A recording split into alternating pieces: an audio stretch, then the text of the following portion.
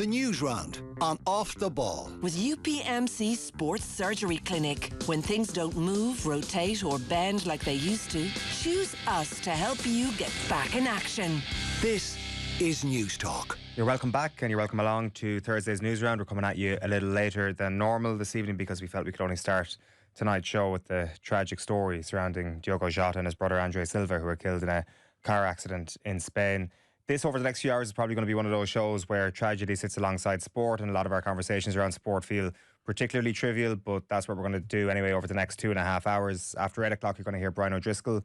We'll be speaking to him about the British and Irish Lions. Owen Farrell called up to the squad, so it'll be interesting to get his take on that. And then after 9 o'clock, we'll be speaking to Philippe Auclair. We'll touch on Jota with Philippe, but the point of the conversation when we booked him was to chat about the Club World Cup. And then before we wrap up tonight, we're going to be bringing you the quiz. It's going to be Richie and Cameron and Arthur here in studio. Our number is 0879 180 180 if you want to drop us a WhatsApp. Cameron Hill will be bringing the news round very shortly. Cameron, how are you doing? Good evening, Owen. And Richie McCormack is here in studio as well. Evening, Richie. Owen, how are you? So you'll have heard that montage at the top of the show before we spoke to Tony Evans. That was Richie who put that together. And geez, like, this tragedy that we've seen unfold last night is such a strange thing on so many levels when we're talking about it, because like, you've put together many montages and you look back through the archives, through grainy footage of a player's career, for example, who may have passed away, and just it's so jarring for you, I'd imagine, to have gone through this and to be like, wow, this person's career peaked 2-3 months ago. Yeah, and a lot of it, of the montage, was taken from a conversation, a round table he'd done for Liverpool with Ibrahima Konate and Alexis McAllister, and there was a lot of reflecting on his time at Liverpool already done within that, which we played a little bit of, and he viewed the city and he viewed the club with the most glorious tints because it had treated him so well and he'd had found such success there. He really, really had. It was amazing when you think of the FA Cup and the Premier League that he's won there, and it's like it kind of, I was trying to process the news during the course of the morning and I was putting that together, and you're on a kind of organisational continuum, and it was only at the end of that when I was listening to him talking about his life and how happy it was there, actually, like I did crack. As anybody who's kind of had anybody lost to a car accident, there's no coming to terms with it, really. It's so sudden. There's no justifying it. There's no explaining it. You're talking about a person who's grand 1 minute and then the next minute they're gone forever, for his wife Ruta and for their 3 kids and the parents of the 2 brothers obviously as well, and the wider family.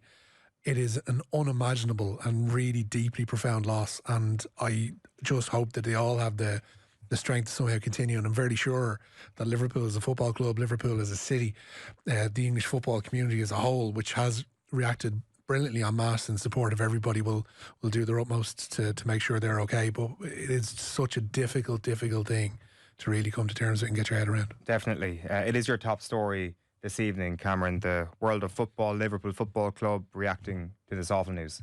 Yeah, and Liverpool manager Arne Slot says the sense of shock is absolute in the club following the death of forward Diogo Jota in a car accident in the early hours of this morning. The Portugal international, who also played for Wolves, was killed in northwest Spain along with his brother. Jota won the Premier League last season, as well as lifting the FA Cup and the League Cup during his time at Anfield.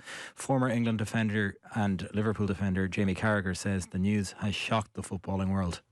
I think the whole of football comes together in situations like that, and you just think of it, as I said, that, the summer that he's had, he's probably coming into the prime of his career. He's just won, the league title with Liverpool, the Nations League of Portugal. He's married 2 weeks ago, and I think it probably just shows us all, doesn't it, how quickly life can change, and you think what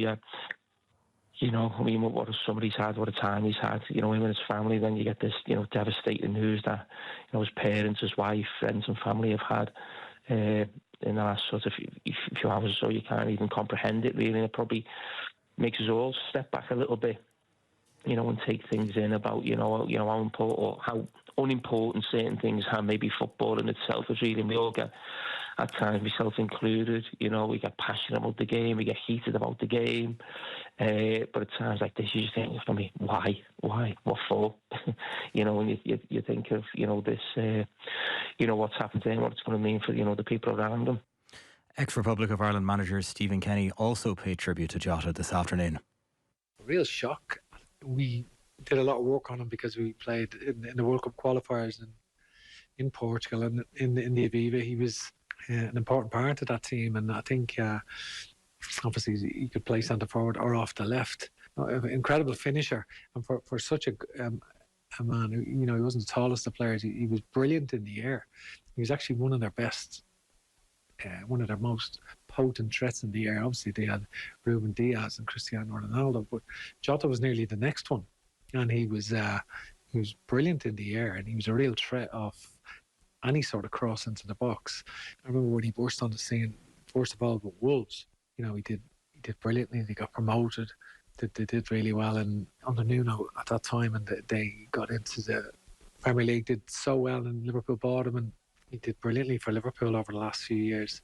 And obviously, very difficult circumstance for his wider family. The fact that him and his brother died in the same crash, like, incredible, really.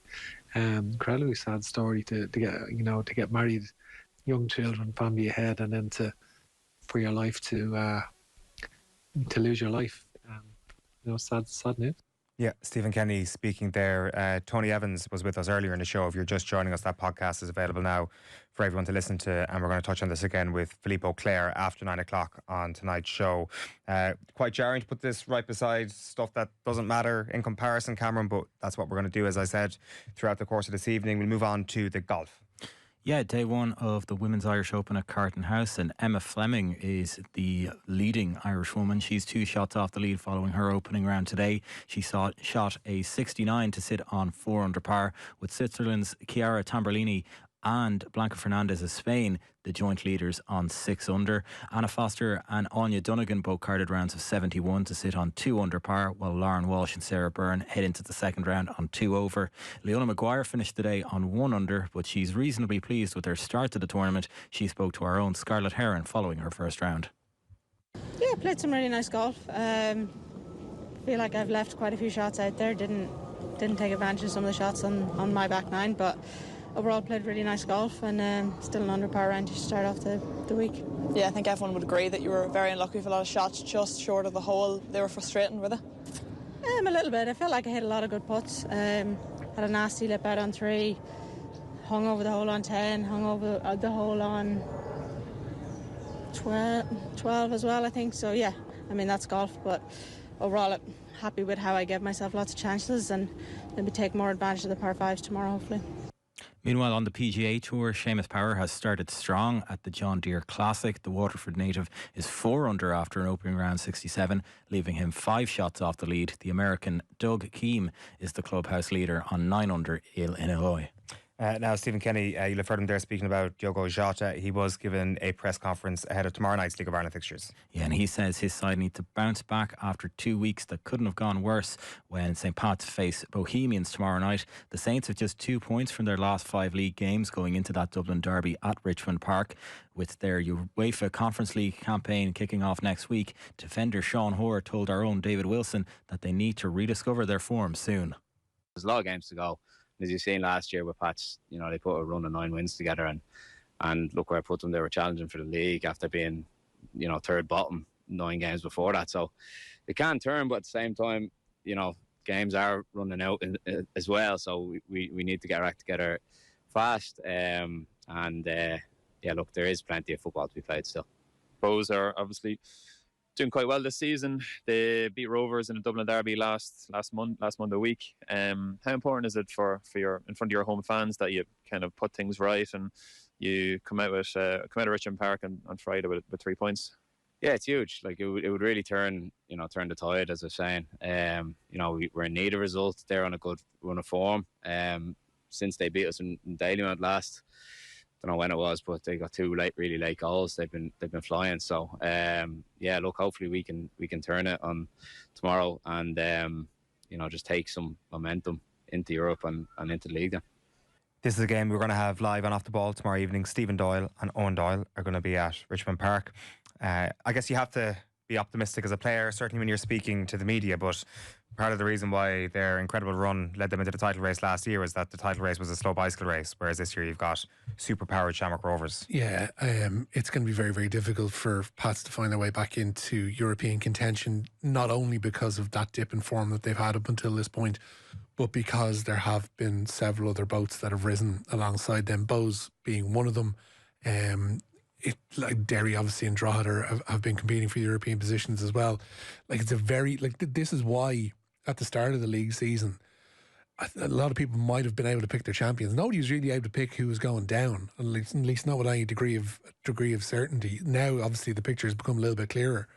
But it's for those reasons that Pats have slipped. It's not necessarily because they're a bad side.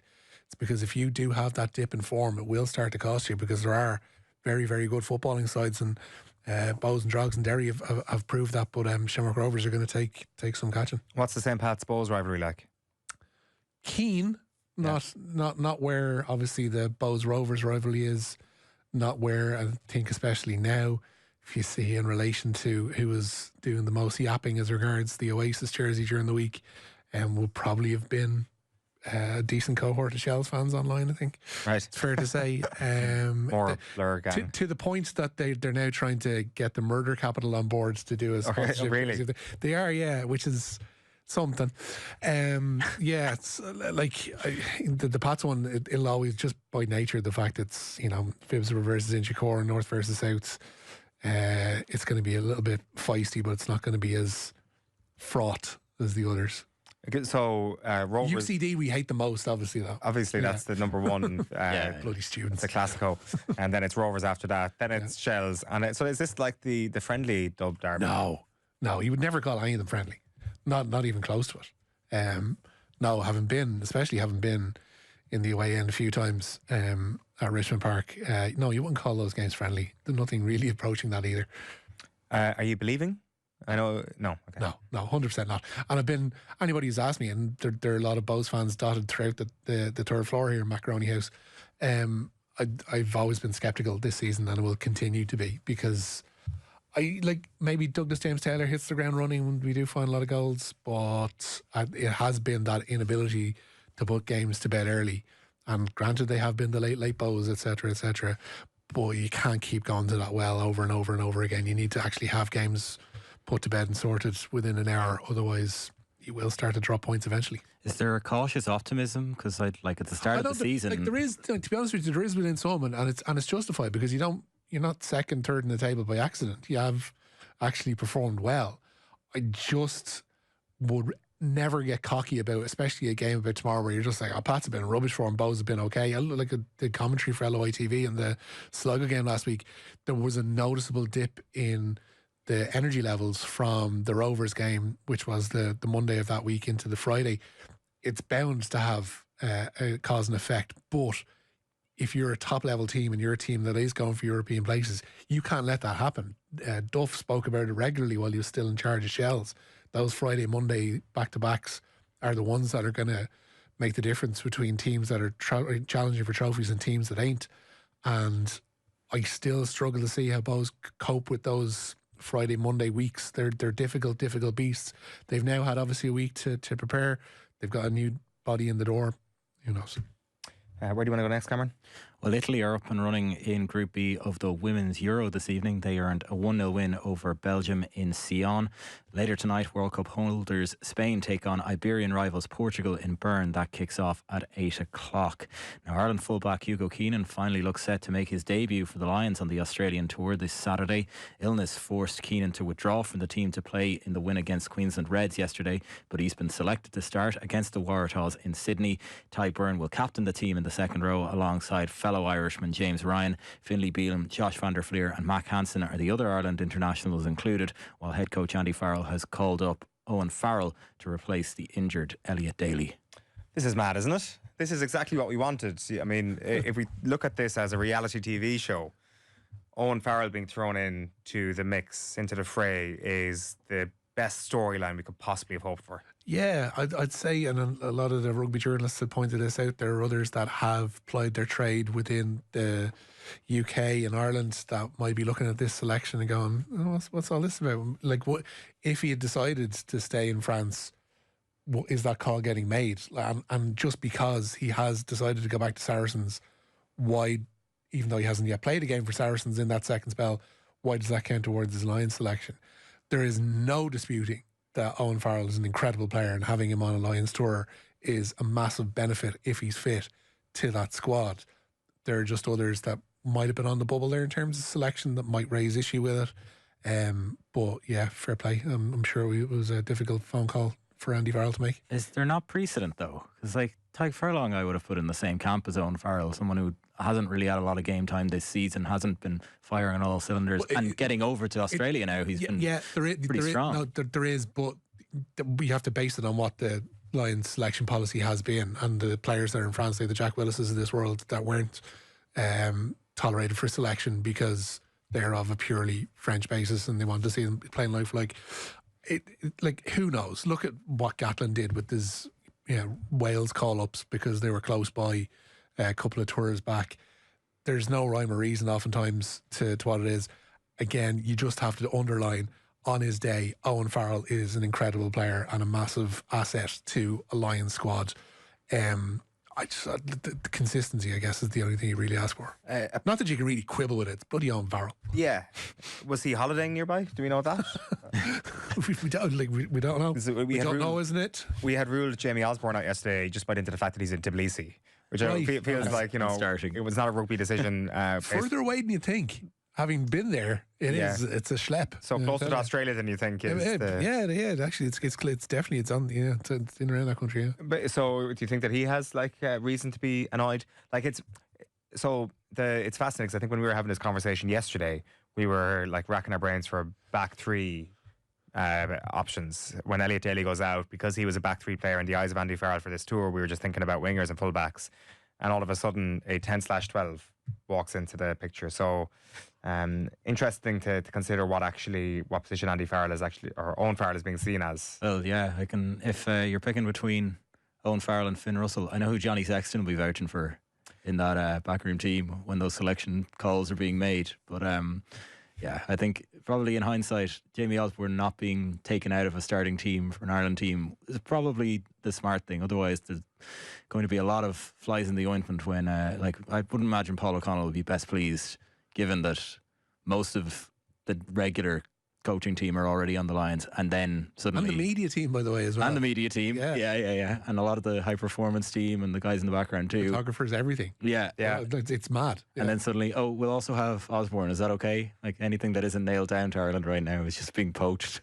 There are there's people that raise them online. Blair Murray, Tom Jordan, the Scots would have a decent shout for occupying that place that Farrell's taken. Osborne was another one that came up as well today. There's any number of back three players. Darcy Graham isn't on this Lions tour either. He's somebody that certainly could have been in the conversation. But again, we just have to underline, I don't think anybody's really complaining that they're going to have their choice of out halves being what they are on that tour of Australia. And anyway, even without their Australian international cohort the other day, watching the Lions play against the Queens and Reds, they have another couple of weeks before they get to that first test. I don't want to say it's going to be a cakewalk. I don't want to say it's going to be a whitewash.